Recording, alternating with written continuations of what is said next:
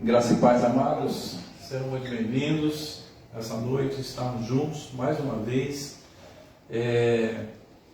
Hoje nós vamos usar o nosso tempo com muita sabedoria, porque temos um tema bem rico e, como eu já coloquei, os pastores colocaram nas nossas postagens, que hoje seria a terceira e última ministração de um tema, esse tema meio apocalíptico, né, que nós vamos trazendo para vocês, trazendo para as famílias.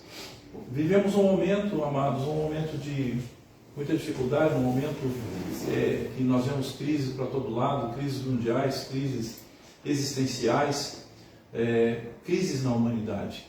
E essa escolha que nós tivemos de estar falando, ministrando e tocando sobre esse tema, né, que esse tema, essas ministrações envolvendo o final dos tempos, foi uma ideia nossa do Ministério Viva e Eficaz, para que nós entendêssemos o que está por vir, o que nos espera, o que o Senhor deixou para nós, o que o Senhor quer que nós tenhamos entendimento, para que não sejamos pegos de surpresa, para que não sejamos como tolos, vivendo uma vida sem saber para onde vamos. Hoje a gente vê muito crente, muitas pessoas que se dizem crentes, muitas pessoas que se dizem ter um entendimento bíblico, ainda errando em certos temas, em certas situações, achando que Jesus está ali, Jesus está aqui, como eu vim colocando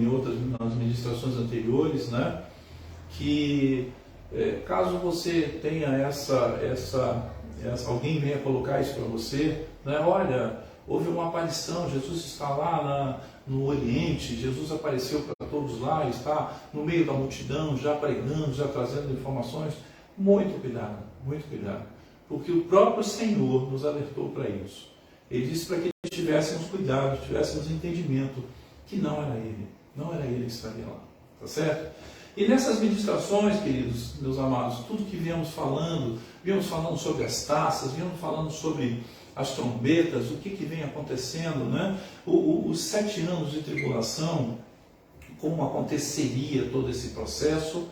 E essa ministração final eu quero falar para vocês sobre verdadeiramente a vinda de Jesus, como ela se dará, o que acontecerá na vinda de Jesus. E antes de irmos para Apocalipse, né? Eu quero que vocês abram comigo em 1 Tessalonicenses, lá em Tessalonicenses 4. Mas eu vou dar um tempo para que você ache a sua espada na sua casa, ache o seu celular com o aplicativo, ache verdadeiramente, procure, busque e encontre em 1 Tessalonicenses 4. Enquanto você busca, eu quero te agradecer por você estar aqui conosco. Quero te agradecer por todo esse empenho seu. Nós temos tido muito resultado, temos visto pessoas nos acompanhando no Facebook, tá? No Instagram, tá? E também no YouTube. E peço a vocês que continuem compartilhando, porque os nossos conteúdos são conteúdos de relevância. Não são conteúdos emocionais, não são conteúdos polêmicos, queremos criar polêmica, falar sobre o que hoje está tão na moda, né? Falar sobre o que se fala em ideologia de gênero, coisas desse tipo, o que a igreja diz sobre isso, o que não diz sobre isso, enfim, são temas que realmente hoje estão sendo aventados a todo lugar que você vai. E estamos vivendo em tempos assim, né? Pessoas mudando o seu entendimento, criticando, enfim, questionando, mas nós decidimos trazer conteúdo bíblico, conteúdo de relevância bíblica, trazer aqui para você, não coisas emocionais, como nós já sabemos tanto, somos mais que vencedores, isso é fato, né? O Senhor quer o melhor para ti nessa terra, é fato, Ele já deixou claro isso para nós, mas para que isso ocorra na minha e na tua vida, é necessário que você venha a buscar verdadeiramente o Senhor. Buscar em espírito e em verdade. O que significa isso? Buscar em verdade significa não ser da boca para fora. Eu estou indo na igreja, mas eu estou indo por ir. Eu estou indo para fazer número dentro da igreja. dentro do templo, dentro do ministério. Ah, eu busco, mas assim, eu busco do meu jeito. Senhor nos deixou, claro, busque do jeito dele. Ele nos deixou um manual de vida. Busque o Senhor, claro que sim, da sua forma. Cada um tem uma forma. Mas, mais do que tudo, busque conhecer aquele que te criou. Busque conhecer o Senhor como Ele é. Ele nos deixou uma verdadeira amostra de quem Ele é, como Ele é, através desse compêndio de 66 livros. 66 livros. Mostrando, nos encaminhando, nos direcionando e nos dizendo o que está por vir, o que já aconteceu, né? O que agrada ao Senhor, o que desagrada, qual é a forma que podemos adquirir todos esses benefícios, todas essas benécias que a Bíblia nos relata e que com tanta propriedade, em tantos cultos, nós ouvimos dos nossos pastores, que somos mais que vencedores, que poderemos comer o melhor dessa terra e devemos comer o melhor dessa terra. Mas afinal de contas, o que é isso? O que é comer o melhor dessa terra? Né? É passar a perna no próximo? É adquirir bens, mesmo que para isso você tenha que prejudicar alguém? Entenda, o Senhor está às portas. Ah, mas pastor, a gente escuta isso há tanto tempo, né? Pessoas disseram que o anticristo era Hitler e o mundo não acabou naquela época, né? Sabemos que muitas guerras aconteceram no passado, mas sabemos que muitas coincidências estão acontecendo agora. E hoje eu vou relatar muitas delas aqui para vocês. Tá? Nós precisamos saber, mais do que tudo, né, que nesse trenzinho da vinda de Jesus, no que vem, usando esse trem dos acontecimentos, né, da vinda de Jesus, existe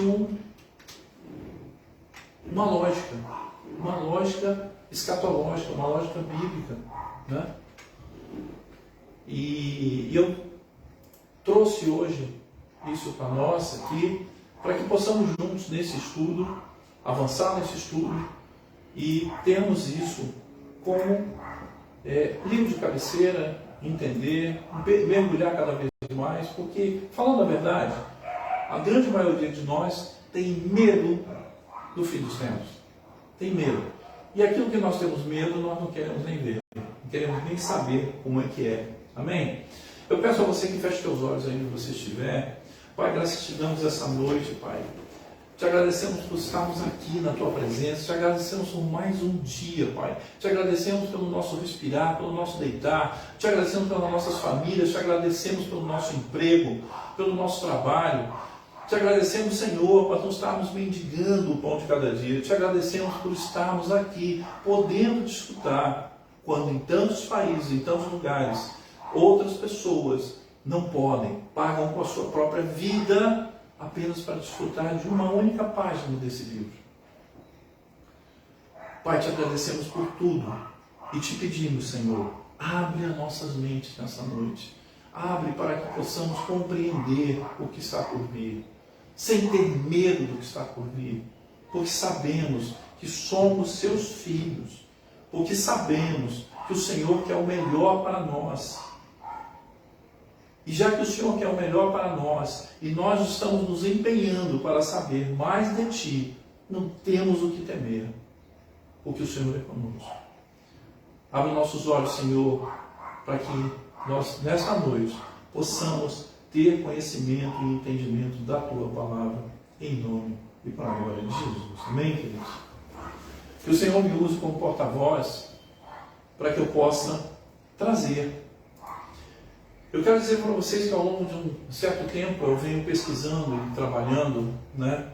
Só em uma apostila aqui que eu tenho de trabalho, eu tenho 48 páginas de apostila trabalhando em cima desse tema.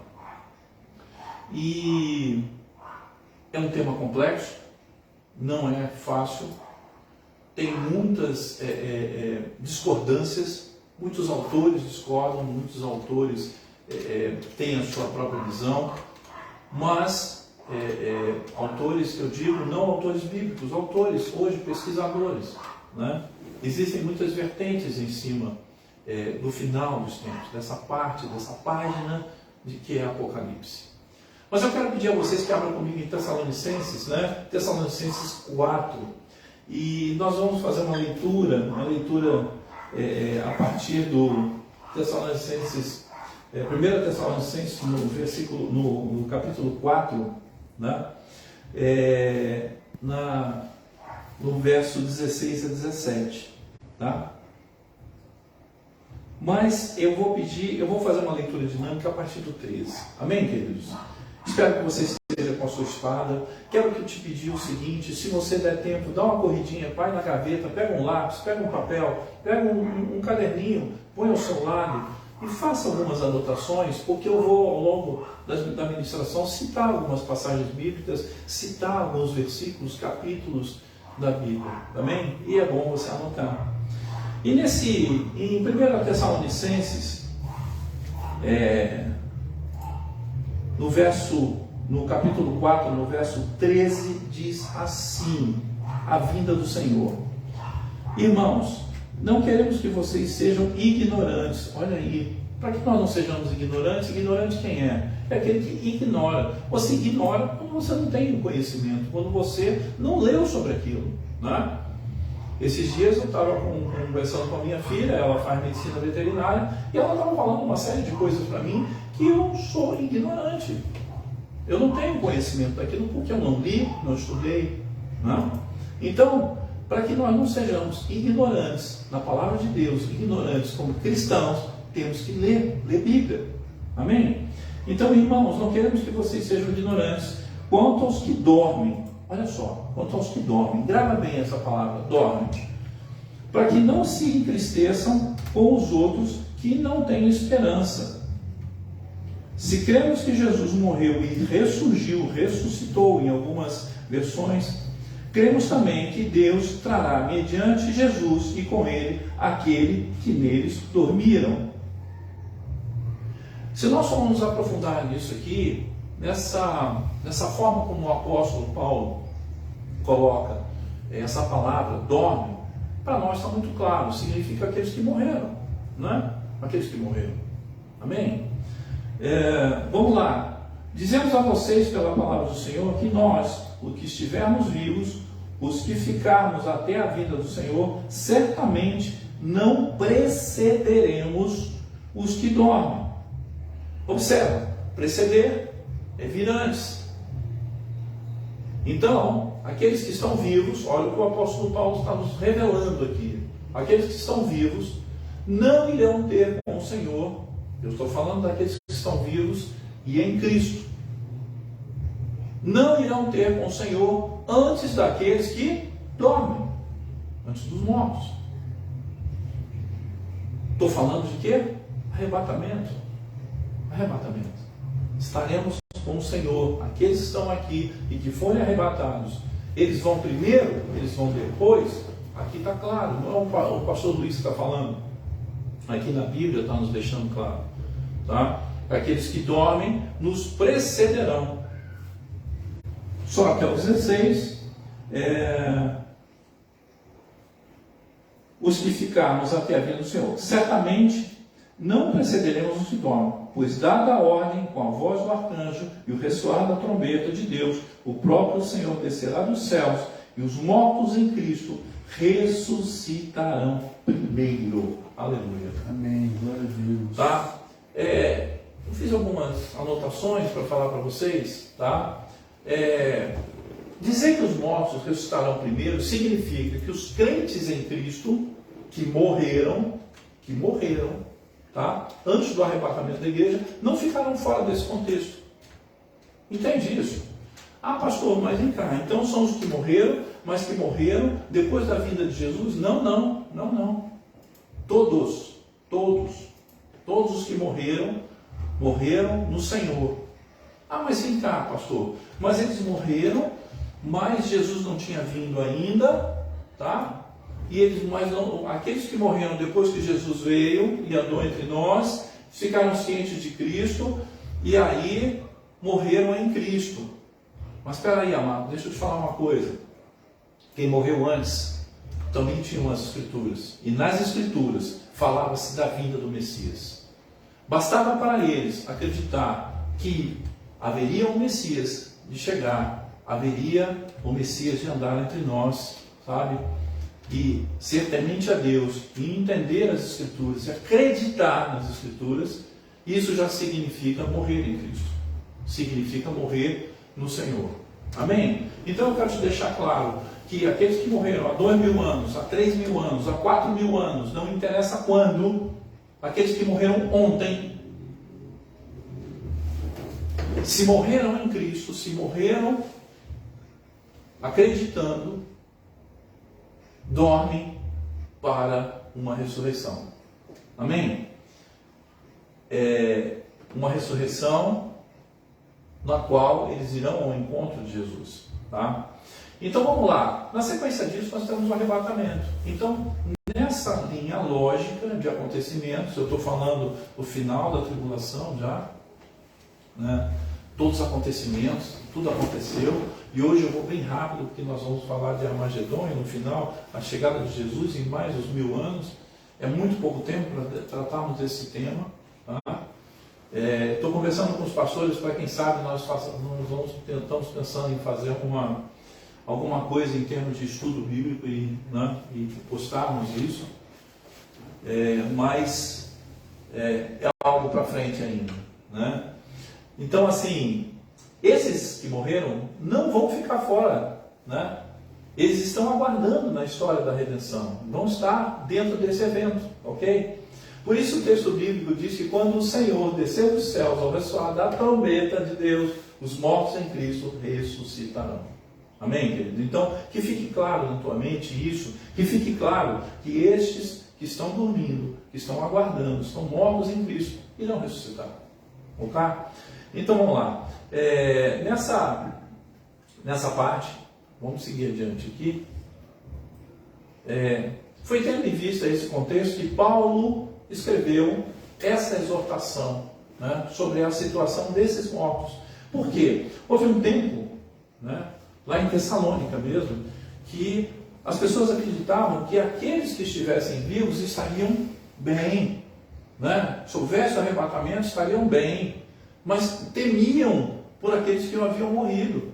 Ou seja, tinham até um pânico de morrer antes de ser arrebatado. Olha que loucura. Eu quero dizer a você que é melhor você morrer em Cristo do que esperar para ser arrebatado. Se você morrer em Cristo, é garantido que você vai ser o primeiro a chegar lá. Tá? Arrebatado é uma hipótese, uma possibilidade de você estar nessa do arrebatamento. Mas eu falo para todos, morra em Cristo.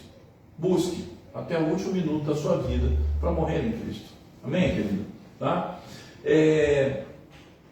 Diante dessa realidade da vida do Senhor. Nesse sentido, ele explicou que não havia motivo para os crentes ficarem perturbados. Ele quis tranquilizar e explicar que não havia motivo para ficarem perturbados, entristecidos no tocante a isso, como cristãos. Né?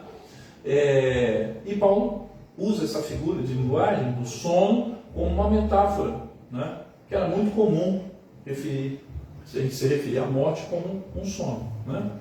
Portanto, ao invés de tristeza, Paulo plantou e ensinou aos crentes da época a ter esperança. Isso porque a ressurreição de Cristo consiste na esperança, no fundamento de uma vida eterna, amados. O fundamento de uma vida junto a Deus, junto ao Senhor, junto a Jesus. Olha que coisa. Então esse é o grande fundamento da nossa história. Sabe? É para isso que nós vivemos, é por isso que devemos descansar dessa forma em Cristo. Aconteça o que acontecer. Não se apavore. Mas o mundo vai acabar. Acabar do jeito que a gente conhece. Mas vai continuar do jeito que o Senhor quer para nós. Tá? Ao invés de tristeza, Paulo então ensinou que os crentes deviam ter esperança. Isso porque a ressurreição em Cristo consiste nesse fundamento que eu falei. Tal como Cristo morreu, né, e ressuscitou, assim também os crentes devem pensar. Tá? Pastor, mas por que o senhor me diz uma coisa dessa? Vamos comigo lá em João 11, capítulo 25. Vamos lá? Vamos juntos. Vamos aqui, ó.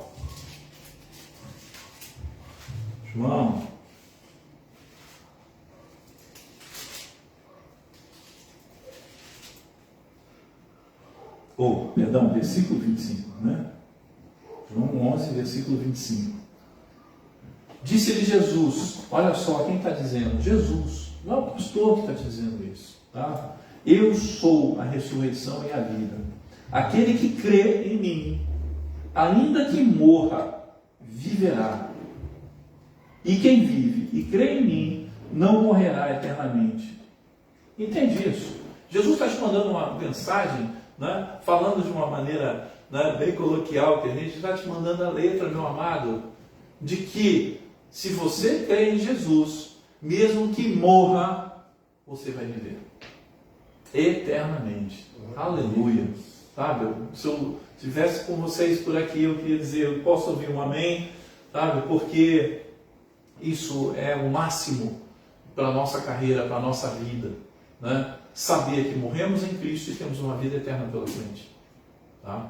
Mas uma vida eterna de bênção e não de maldição, tá?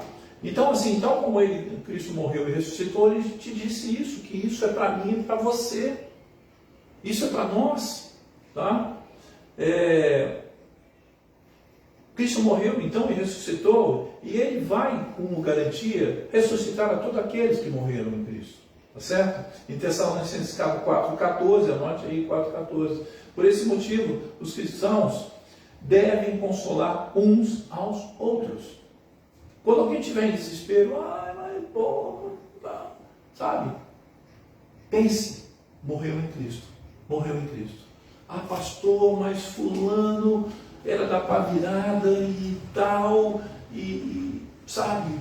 Eu acredito que ele não morreu em Cristo. Alto lá, não julgue teu irmão. Eu sempre me reporto àquele momento bíblico em que Cristo está na cruz, do lado de dois ladrões. Aquele camarada que estava do lado dele era possivelmente assassino, ladrão, nunca fez uma escola dominical, nunca entrou numa sinagoga, nunca teve uma igreja. Mas naquele último minuto, ele reconheceu Jesus como seu único e suficiente Salvador. E por conta disso, ele ouviu do próprio Senhor: ainda hoje estarás comigo no paraíso. Então, amado, vamos parar de julgar o próximo, sabe? Esses dias eu estava conversando com minha esposa. É mais fácil um pecador, aliás, todos nós somos pecadores, mas aquele evidente, né? Porque existem pecadores obscuros, escondidos, né?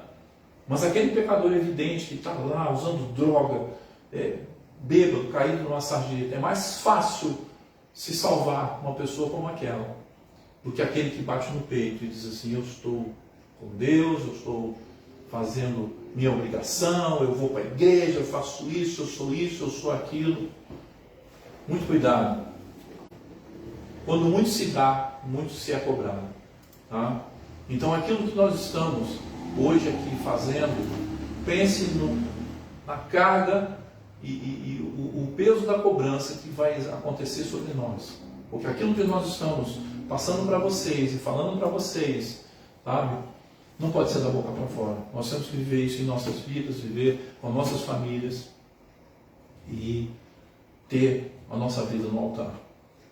Não é fácil, é tarefa difícil, e lutar cada vez mais, porque a cada dia é uma nova vitória, é um novo degrau a ser superado, porque somos pecadores, todos nós, sem exceção.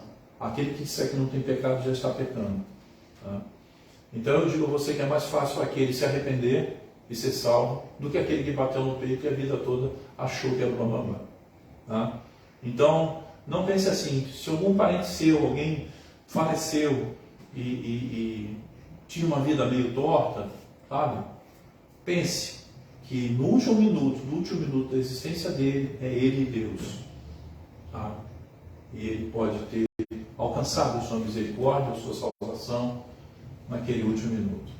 Os mortos em Cristo ressuscitarão primeiro. Então já é certo o que nós estamos falando, é bíblico, e não é o pastor que está falando, mas é o que a Bíblia nos traz. Então, à luz dessa verdade, isso agora já se tornou uma verdade para nós, ok?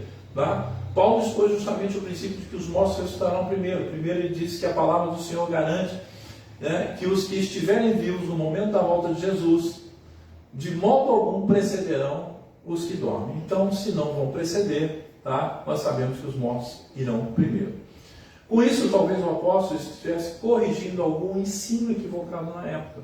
Alguma coisa que, né, que estivesse fora desse contexto, né? Então, sabedores disso, nós já vamos saber que todos os mortos participarão desse evento final, dessa grande bênção de Deus, que é estarmos todos juntos no céu. Depois o apóstolo afirma, finalmente, que os mortos em Cristo ressuscitarão primeiro e imediatamente, ou seja, em seguida, os cristãos vivos, aqueles que estiverem vivos caminhando na terra, tá, também serão arrebatados. Arrebatados. Arrebatamento. Arrancados. Retirados. Com violência. Sumiu. Né? Sumiu. Então, assim, todos juntos irão desfrutar das bênçãos e da presença do Senhor naquele momento, né? Nessa parte é importante a gente entender uma coisa, tá? A igreja do Senhor, né? Ela, se nós formos estudar, nos aprofundar em teologia bíblica, né? A igreja, existe uma igreja triunfante e uma igreja militante, aquela que ainda está no combate, ainda está aqui. Tá? A igreja triunfante, aquele que já cumpriram sua tarefa, né? Combateram um bom combate, morreram e quando ressuscitarem já vão estar em Cristo. Igreja triunfante. Igreja militante, eu e você. Nós estamos aqui brigando, lutando por nossas vidas, pela vida dos outros. Então nós estamos nesse combate, combatendo um bom combate. E que assim seja em nossas vidas. Que esse combate, né, nós nunca venhamos a esmorecer, nos cansar, dizer assim, para mim não dá mais. Tá? Precisamos lutar até o último minuto. Existe um filme muito bacana, que eu recomendo vocês assistirem. Esse filme, esse filme chama-se Até o Último Homem. Esse filme é extraordinário. Tá? Recomendo a vocês assistirem esse filme, porque ele trata de um jovem soldado que não desistiu de ninguém. Ele foi até o último minuto e resgatou até o último homem que estavam feridos. Ele resgatou os feridos. Mas eu não vou dar spoiler. Assistam o filme, é um filme fora de série. Vamos lá. Nessa parte é importante entender uma classificação. Essa classificação, e é isso que eu falei, que a gente está nela. Nós estamos nesse combate. Tá? Eu e você. Tá? Esses mortos que ressuscitarão primeiro vão ressuscitar pela fé. Eles morreram acreditando no Salvador, acreditando em Cristo. Morreram e vão ser ressurretos pela fé. E nós aqui que estamos ainda militando, como anda a nossa fé? A quantas anda a nossa fé? Como é que nós estamos? Né? Como é que está a nossa situação? Porque a fé, eu brinco muito, eu digo que fé é comparado a músculo. A minha fé é igual à sua. Tá? A minha fé é igual a do Arnold Schwarzenegger.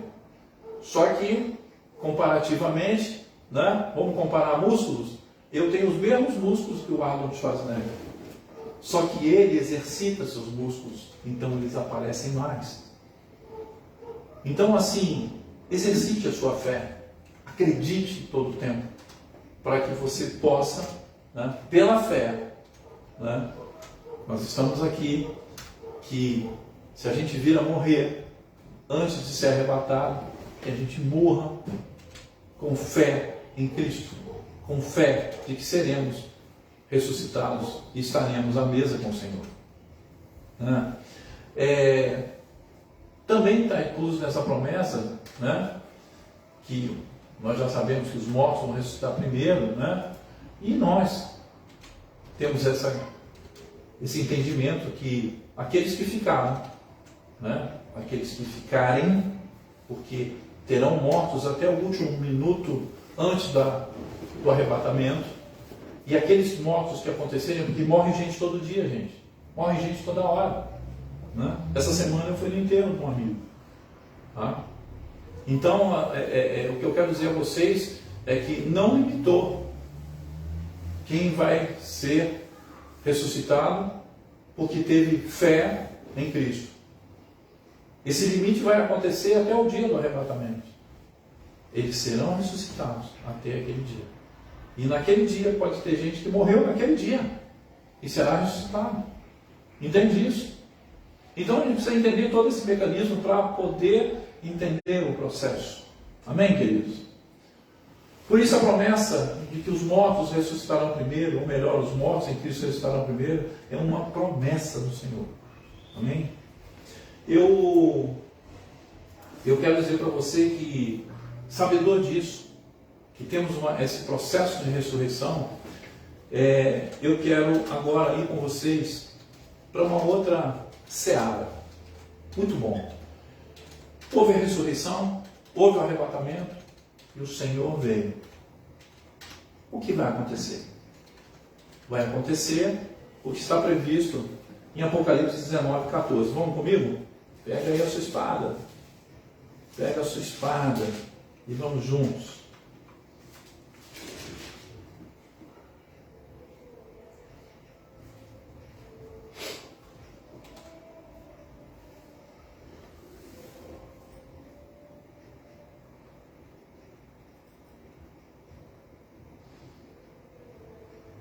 Deixa eu só preparar aqui porque eu trouxe umas anotações que eu quero conversar com vocês. Vamos lá. Apocalipse 19, 14. Tá? Encontraram? Creio que sim. Amém?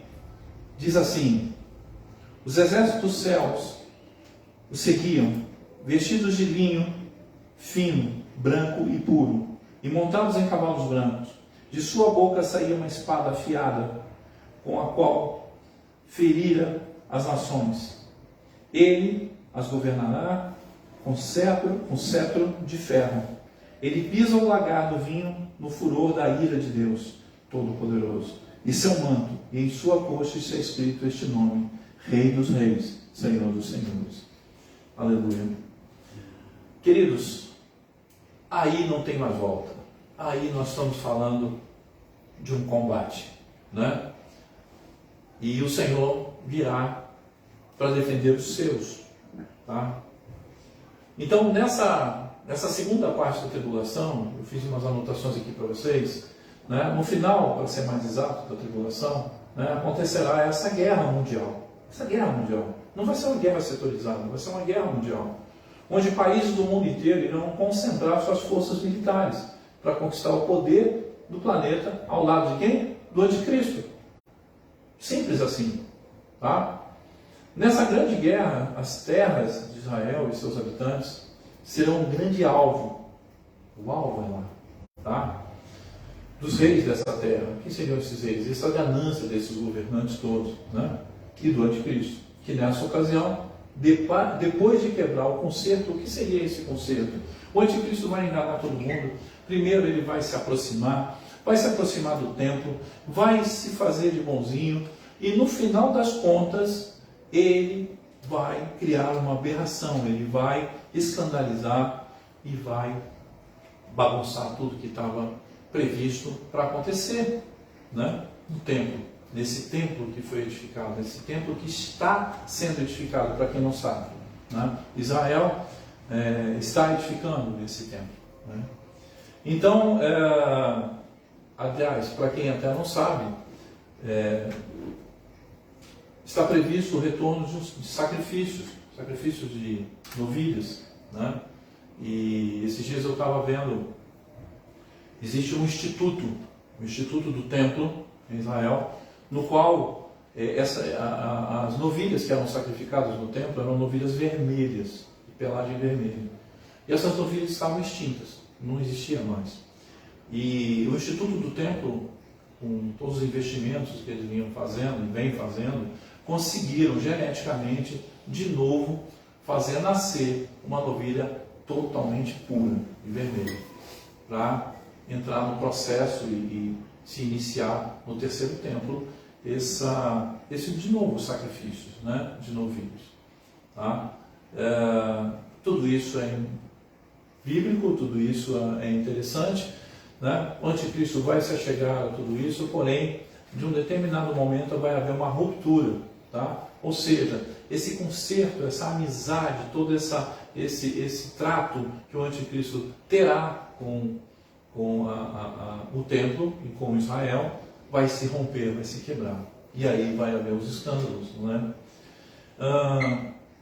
Esse concerto que ele fez com Israel, né? Estará reiniciando em Jerusalém, né, todo esse processo. Isso aí vocês podem ver lá em Isaías 28, no verso 15, e em Daniel 9, verso 27. Anote aí. Tá? Isso vai se dar no Vale do Armagedon, que também se chama Megido. Tá? Está situado em Israel, onde foi palco das grandes guerras dos reis do passado. Tá? E vai acontecer esse combate. Agora, vamos lá. O Senhor vai permitir que no Armagedon se reúnam os povos do mundo inteiro para fazer guerra com Israel. Tá? Pastor, mas por que o senhor está dizendo uma coisa dessa? Vamos juntos? Tá? Aqui em Ezequiel 38:1, anote aí, tá? 38 de 1 a 15 e 39 de 1 a 6, nós podemos saber que o país ao norte de Israel, né, Gog, que é a Rússia, tá, estará envolvido nisso. Tá? Em Apocalipse 16, de 12 a 16 também, os reis do Oriente estarão envolvidos. Japão, China, Coreia, o que mais você quer? Né? Opa, pastor, começou a parecer alguma coisa semelhante ao que está acontecendo hoje, não é verdade? Muitos povos com a Rússia, né? Ezequiel 38:16, Zacarias 14:4 e por aí vai, Joel 2:20 para você. Tá?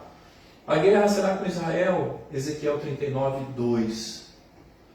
O exército dos povos do mundo inteiro estarão no Armagedon, Joel 3:2.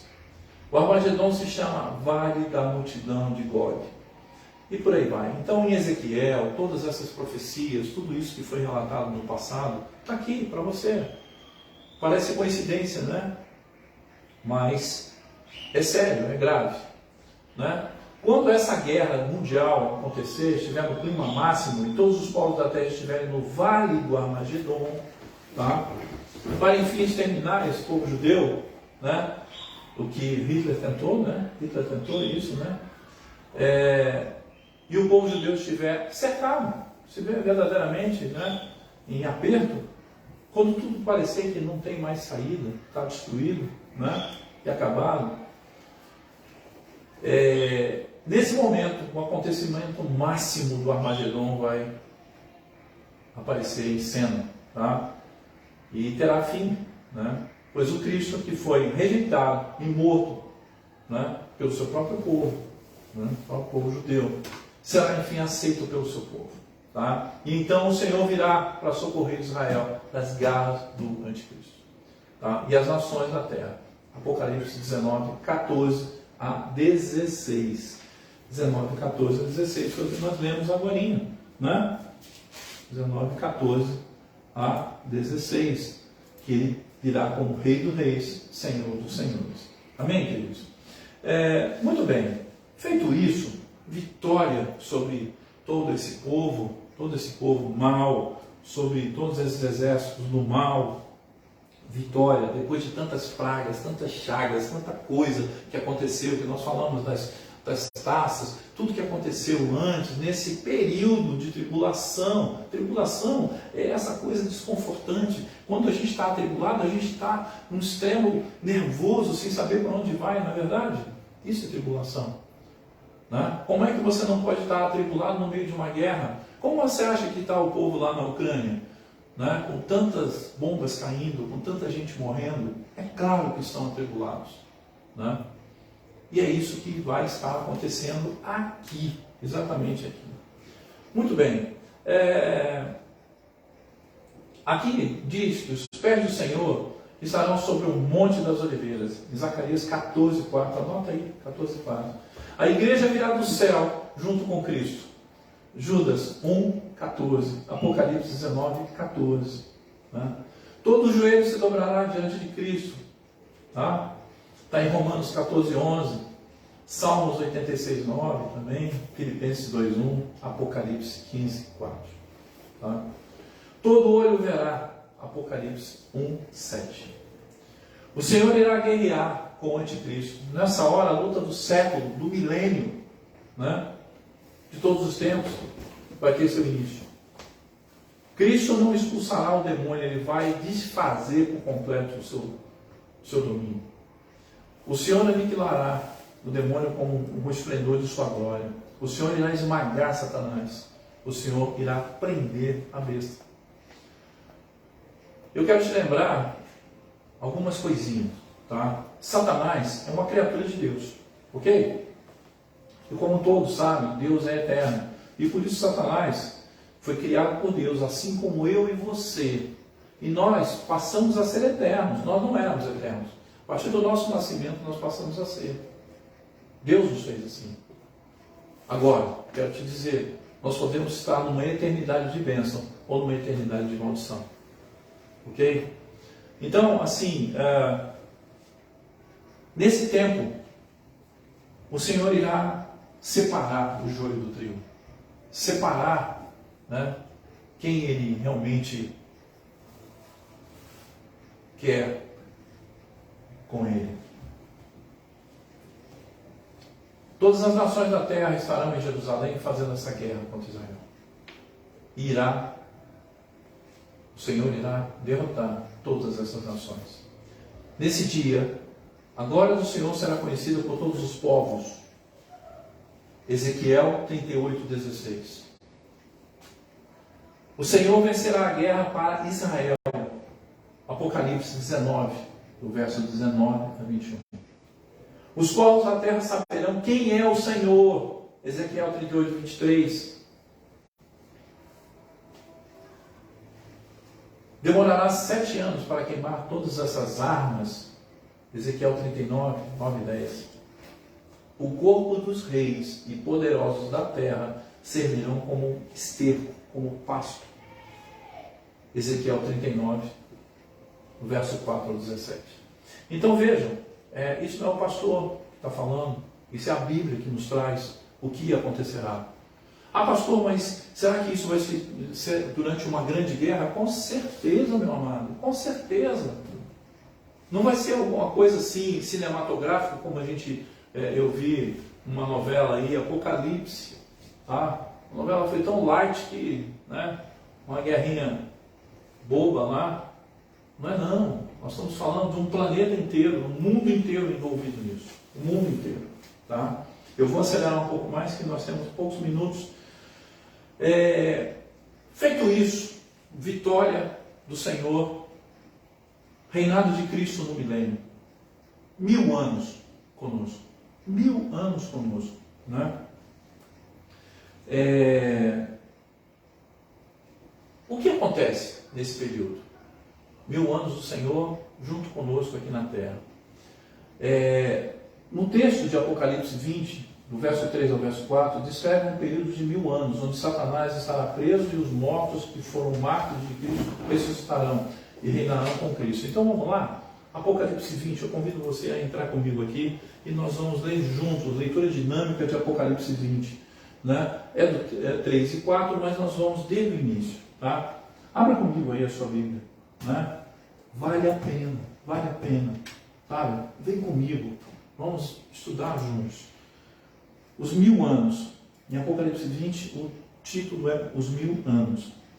E aqui a nossa Bíblia diz assim: vi descer dos céus um anjo que trazia na mão a chave do abismo e uma grande corrente. Ele prendeu o dragão, a antiga serpente, que é o diabo, Satanás, e o acorrentou por 1000 anos. Lançou-o no abismo, fechou-o e pôs um selo sobre ele, para assim impedi-lo de enganar as nações, até que terminasse os 1000 anos. Tá? Depois disso, é necessário que ele seja solto por um pouco de tempo. Olha bem, então peraí, depois de 1000 anos ele vai ser solto? Então aguarde os próximos capítulos, que tem muita coisa ainda. Vi tronos em que se assentaram aqueles a quem havia sido dada autoridade, ou seja, os líderes da terra. Né? Vi as almas dos que foram decapitados por causa dos testemunhos de Jesus e da palavra de Deus. Eles não tinham adorado a besta, nem a sua imagem, e não tinham recebido a sua marca na testa, nem as mãos. Eles ressuscitaram e reinaram com Cristo durante 1000 anos. Veja, o Senhor vai trazer aqueles mártires, aqueles que realmente deram sua vida para uma condição de liderança, aqueles que viveram na terra, né? Esses vão ser verdadeiramente galardoados e estarão com o Senhor, né? Durante 1000 anos. O restante dos mortos não voltou a viver, até que se completarem os 1000 anos. Opa, então observa, aqueles que ressuscitaram então, pastor, não foram todos, os bons e os maus, não, foram aqueles que foram ter com o Senhor. Tá?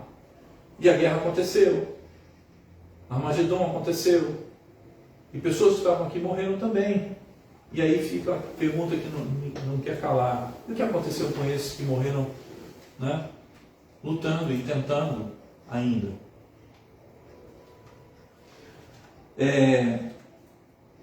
Essa é a primeira ressurreição. Felizes e santos os que participaram da primeira ressurreição, aquela, né, os que estavam dormindo. A segunda morte não tem poder sobre eles, serão sacerdotes de Deus e de Cristo, e reinarão com ele durante 1000 anos. Oh, aleluia! Que a gente morra em Cristo e ressuscite, para que façamos parte desse grupo. Na sequência vem a destruição de Satanás. Quando terminarem os 1000 anos, aí a gente pensa, tudo acabou, né? Parou por aí. Não. Satanás será solto de sua prisão e irá para enganar as nações que estão nos 4 cantos da terra, Gog e Magog, a fim de reuni-las para a batalha. Seu número é como a areia do mar. Muita gente, milhares de pessoas, para não dizer milhões. As nações marcharão por toda a superfície da terra e cercarão o acampamento dos santos, a cidade amada. Mas um fogo descerá dos céus e as devorará. Amado, só uma pausa aqui. Peraí, pastor, mas 1000 anos vivendo ao lado de Jesus, de repente solta Satanás, e Satanás volta a reunir um grupo. Querido, para e pensa comigo. Satanás fez com que 1/3 dos anjos do céu caíssem com ele. Eu fico imaginando o poder de persuasão, né, de Lúcifer, desse que era um querubim ungido, né, e se tornou quem se tornou. O poder de persuasão, de envolver, né, o que faria um outro anjo cair junto com ele. Imagina.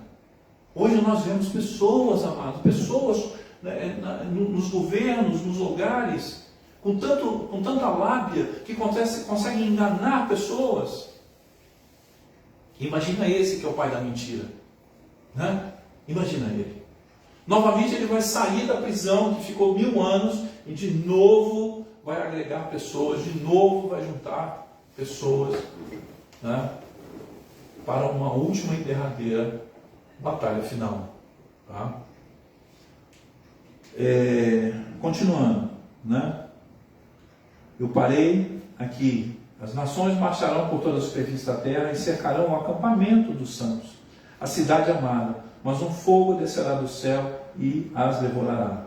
O diabo, que as enganava, será lançado no lago de fogo, que arde como enxofre, onde já haviam sido lançados a besta e o falso profeta. Quando? Em Armagedon. No final do Armagedon, eles já tinham sido lançados lá. Ok?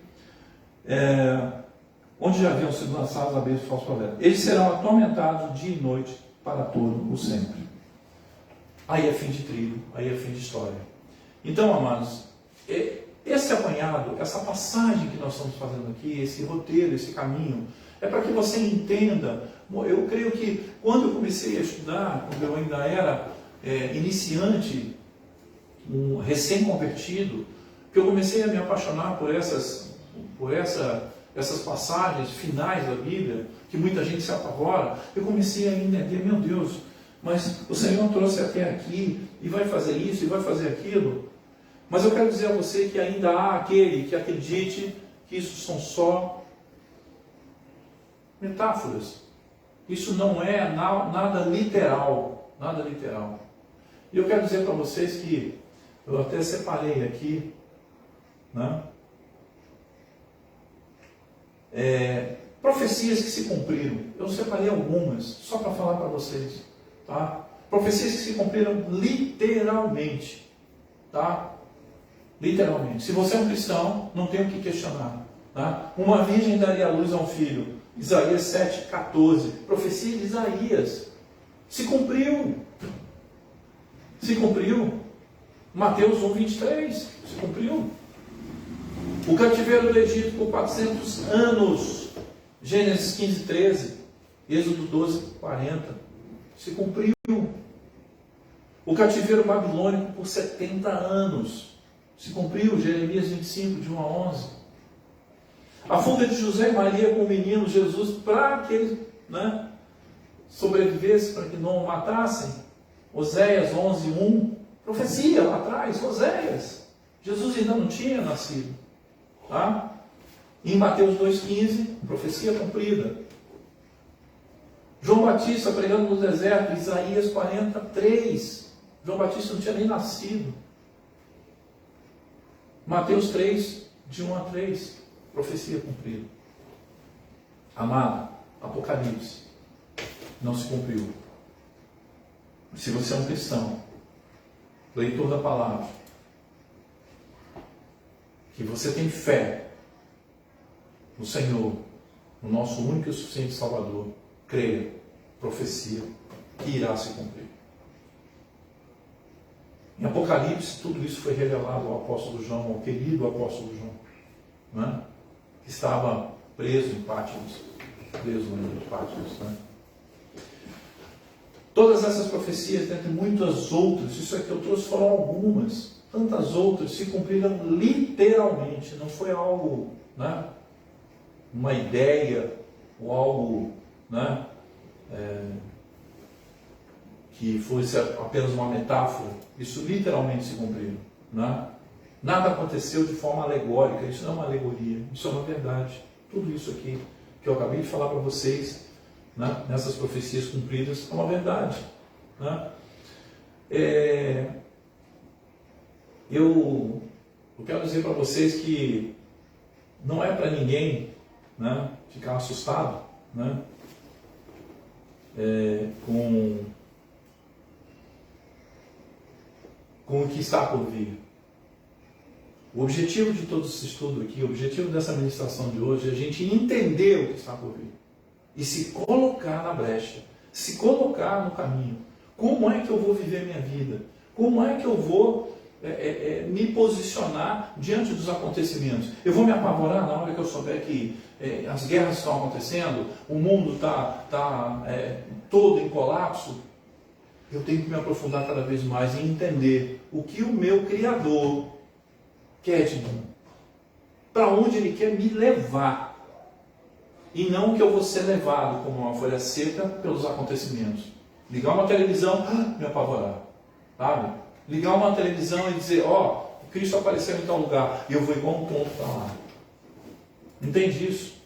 O objetivo dessas ministrações, o objetivo disso daqui, é nós sabermos como vamos nos posicionar, como é que nós estamos diante do nosso Criador, e cientes de que nós estamos no finalzinho dos tempos, e no final dessas Escrituras. Amados, você acha que o teu Deus não se agrada de você buscar a palavra, sabe? O problema é que nós, sabe, não é errado, não é errôneo, queremos buscar só palavras de bênção aqui atrás, buscar aquilo que nos agrada, aquilo que nos motiva.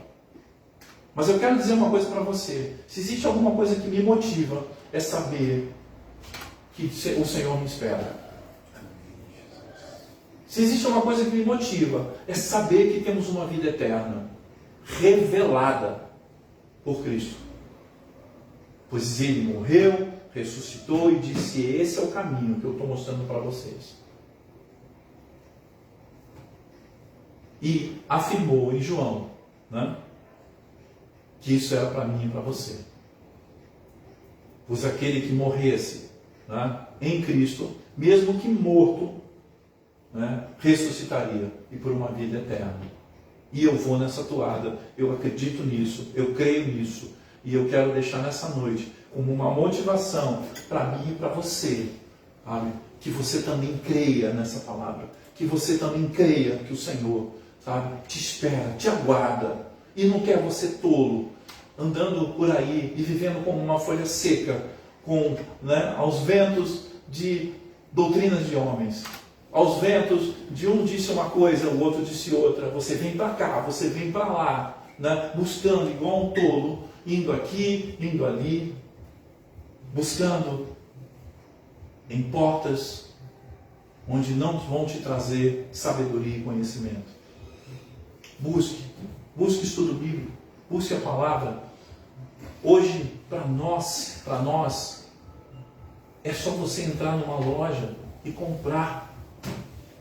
Olha que bênção! Enquanto em tantos países é proibido se falar de Cristo, aqui nós temos essa possibilidade. Você quer ler algo de relevância? Busque. Está certo que Apocalipse é uma leitura um pouco complexa, pesada, né? Existem muitas figuras de linguagem. Tem uma caderneta, tem um dicionário, tem algo, tem um amigo, tem um pastor, tem alguém próximo de você que possa te ajudar e te orientar. Mas busque incessantemente. O Senhor está às portas. E para que nós não sejamos pegos de surpresa, abre comigo lá rapidinho, em Mateus 25, vamos aqui, ó, só para a gente encerrar.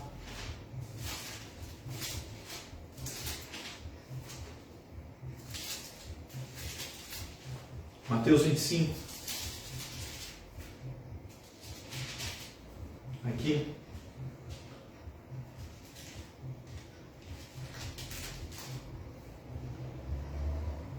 pronto. Vamos aqui em Mateus 25, no verso 10. Só nesse verso, a gente já sabe que capítulo é esse. Esse capítulo fala de uma parábola. Jesus falava muito em parábolas. E ele nos deixou uma parábola incrível, que é a parábola das 10 virgens. E no capítulo 25, no verso 10, diz assim: e saindo elas para comprar óleo, chegou o noivo. As virgens que estavam preparadas, ou seja, com as suas lamparinas cheias de óleo, né, entraram com ele para o banquete nupcial e a porta foi fechada. Amado, que nós não sejamos essas virgens incautas que foram comprar óleo no último minuto. Significa isso: buscar luz, buscar conhecimento da palavra, buscar o Espírito Santo de Deus no último minuto. Nós temos tempo para trabalhar, temos tempo para mexer na obra, trabalhar na obra, estudar a palavra, estarmos juntos, crescendo juntos. Aproveite seu tempo, o noivo vai chegar. E se o noivo chegar e você estiver indo buscar, porque o tempo acabou, e aí o desespero bateu, e você, como uma noiva incauta, uma das virgens incautas, não tinha o azeite suficiente para estar nas lamparinas, o dela acabou, foi buscar, o noivo chegou. Não perca seu tempo. Busque, estude. Nós somos cristãos. O cristão é aquele que quer ser a imagem e semelhança do Cristo. Busque, estude. Eu peço a você que guarde essa mensagem no seu coração. E se lembre, só depende de nós. O que eu acabei de falar aqui só depende de nós. Sabe? Ah, pastor, eu fico aterrorizado. Leia, se aprofunde. Não fique não. Fique não. A única coisa que nós sabemos é que temos um bilhete de partida, né? De chegada nós sabemos que chegamos no planeta, mas temos um bilhete de partida, só que a gente não tem data nem hora nele. Não é verdade? E na nossa partida, que a gente parta sabendo que o noivo nos espera. Parta sabendo que você está em Cristo. ou buscando. A Bíblia diz: buscai o reino de Deus. Já pensou se ela dissesse encontrai? Né? Nós estamos perdidos, porque nós vamos estar sempre buscando, nós estamos sempre errando, sempre falhando. Então, o conselho, tá, de hoje, dessa noite, busque incessantemente, busque enquanto há tempo. Tá? Busque mais profundo do teu coração. Tá? Enquanto você tiver um fôlego de vida, enquanto você estiver respirando, busque. Ah, mas eu já estou velho para isso, busque. Ah, eu estou novo para isso, busque. Busque todo o tempo. Que a graça e a paz do Senhor Jesus esteja contigo. Tenha uma semana de vitória, uma semana abençoada. Que essa palavra tenha trazido algum entendimento na tua mente, no teu coração, um conforto para ti, saber que nós somos vitoriosos ao final de toda essa história. Ah, pastor, mas tem 1000 anos? Tem. Mas o nosso tempo é agora. O nosso trabalho tem que ser agora. O trabalho para melhorar o nosso coração, a nossa vida, para quando nós deixarmos essa vida física aqui, temos a tranquilidade de estarmos partindo em Cristo. Esse é o conselho, essa é a palavra dessa noite. Busque essa paz, desfrute disso. Busque incessantemente. Que o Senhor te abençoe e te guarde. Te entregue uma semana abençoada, livre de problemas, com bons negócios, saúde, paz no teu lar, tranquilidade, com uma mente produtiva. A mente produtiva nos leva a caminhos extraordinários, sabe? Coloque a tua mente em coisas boas, em pensamentos bons, pensamentos produtivos. É o que eu te desejo desde já e declaro sobre a tua vida. Graça e paz em nome de Jesus. Amém?